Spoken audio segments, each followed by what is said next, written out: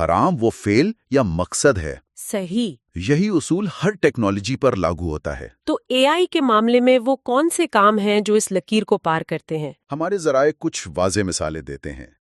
مثلاً اے آئی اس وقت ناجائز ہو جائے گی جب اسے جھوٹ اور بہتان پھیلانے کے لیے استعمال کیا جائے، جیسے ڈیپ فیک ویڈیوز بنا کر کسی کی عزت پر حملہ کرنا۔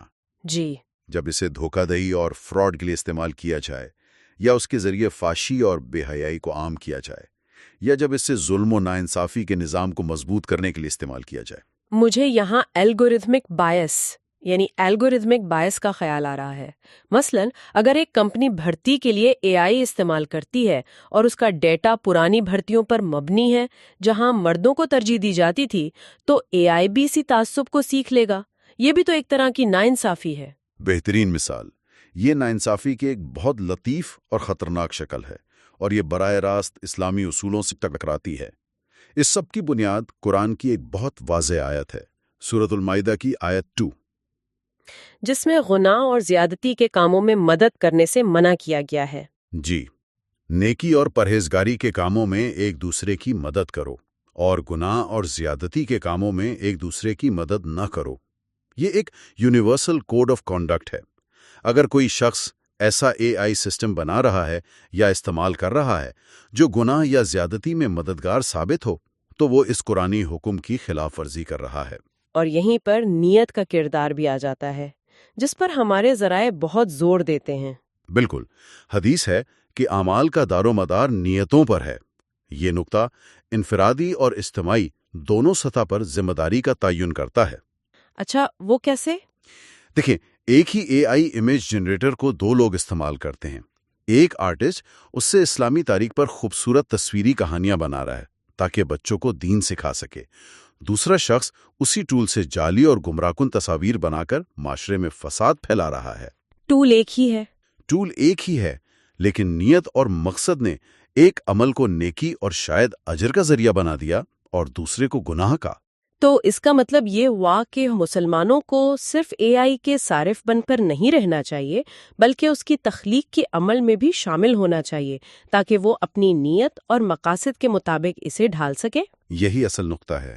یہیں سے یہ سوال پیدا ہوتا ہے کہ معاشرے کے طور پر بحیثیت امت ہم اس ٹیکنالوجی کو کس سمت میں لے کر جانا چاہتے ہیں؟ کیا ہم صرف اس کے منفی اثرات کا رونا روتے رہیں گے، یا ہم خود اس میدان میں اتر کر ایسے اے آئی سسٹمز بنائیں گے جو تعلیمی مواد فراہم کریں، جو طبی تشخیص میں مدد دیں؟ تو اگر ہم اس ساری گفتگو کا خلاصہ کریں تو جو تصویر ابھرتی ہے وہ یہ ہے کہ اے آئی بذات خود نہ حلال ہے نہ حرام۔ یہ ایک غیر جانبدار آلہ ہے، ایک ٹول ہے۔ جی، ایک ہتھوڑے کی طرح جس سے گھر بھی بنایا جا سکتا ہے اور کسی کا سر بھی پھوڑا جا سکتا ہے۔ اس کا استعمال، اس کا مقصد اور اس کے پیچھے کی نیت اسے جائز یا ناجائز بناتی ہے۔ اور اسلام ہمیں اس معاملے میں ایک متوازن راستہ دکھاتا ہے۔ بالکل، قرآن ہمیں امت وسط یعنی میانہ رو امت کہتا ہے۔ اس کا مطلب ہے نہ تو ٹیکنالوجی کی پوجا شروع کر دی جائے اور نہ ہی ہر نئی چیز کی آنکھیں بند کر کے مخالفت کی جائے، بلکہ علم اور حکمت کی بنیاد پر اس کا تجزیہ کیا جائے۔ تو ایک عام مسلمان کے لیے اس میں کیا سبق ہے؟ اس کا فرض کیا بنتا ہے؟ ہمارے ماخذ کے مطابق اس کا پہلا فرض ہے کہ وہ جہالت میں نہ رہے، وہ علم حاصل کرے، اس ٹیکنالوجی کو سمجھے کہ یہ کیا ہے اور کیسے کام کرتی ہے۔ اور دوسرا فرض یہ ہے کہ وہ اپنے دین کے بنیادی اخلاقی اصولوں کو بھی سمجھے تاکہ وہ یہ فیصلہ کر سکے کہ اس ٹیکنالوجی کا کون سا استعمال بھلائی کے دائرے میں ہے اور کون سا برائی کے۔ علم اور تقوی کا امتزاج ہی ہمیں اس نئے دور میں راستہ دکھا سکتا ہے۔ صحیح۔ اور آخر میں گفتگو ختم کرنے سے پہلے ایک سوال جو ہمارے ذرائع مستقبل کے لیے اٹھاتے ہیں۔ جی؟ یہ طے کیا کہ اے آئی کے استعمال کی اخلاقی ذمہ داری اس کے بنانے والے اور استعمال کرنے والے انسان پر ہے، لیکن اس مستقبل کا کیا ہوگا جب اے آئی نظام مزید خود مختار یعنی آٹونومس ہو جائیں گے اور خود سے ایسے فیصلے کرنے لگیں گے جن کا انسان نے براہ راست حکم نہیں دیا ہوگا؟ تب ان کے اعمال کا ذمہ دار کون ہوگا؟ پروگرامر، کمپنی، صارف، یا پھر کیا ہم اے آئی کو خود ایک ذمہ دار فریق مانیں گے؟ یہ اسلامی اخلاقیات اور قانون کے لیے ایک بالکل نیا اور پیچیدہ میدان ہے جس پر آنے والے وقت میں بہت گہرے غور و فکر کی ضرورت ہوگی۔